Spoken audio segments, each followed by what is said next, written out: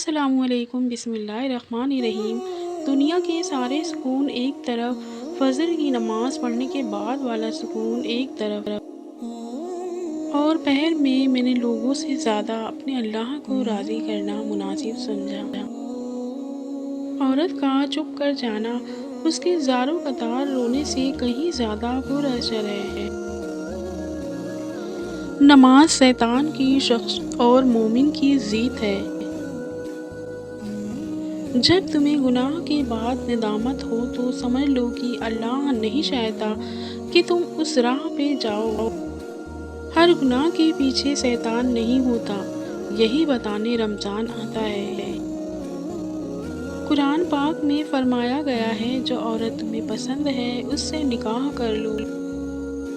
بات تہجد کی ہے تو ذرا محبت سے سنیے گا۔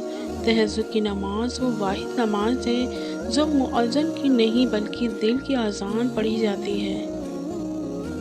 ہر عبادت کا پتہ نہیں ہوتا کہ وہ قبول ہے یا نہیں، مگر درود شریف ایسی عبادت ہے جو ادا ہوتی ہی قبول ہو جاتی ہے۔ میری ہر بے بسی کا عالم تمہارے صرف ایک کن کا منتظر ہے، یا اللہ۔ اگر قسمت کا لکھا ہی سب کچھ ہوتا تو اللہ کبھی ہمیں دعا کا حق نہیں دیتے۔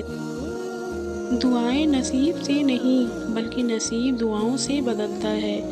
تم اتنے یقین سے مانگو کہ تمہارے یقین کے بعد کہانی معززوں کی لکھی جائے۔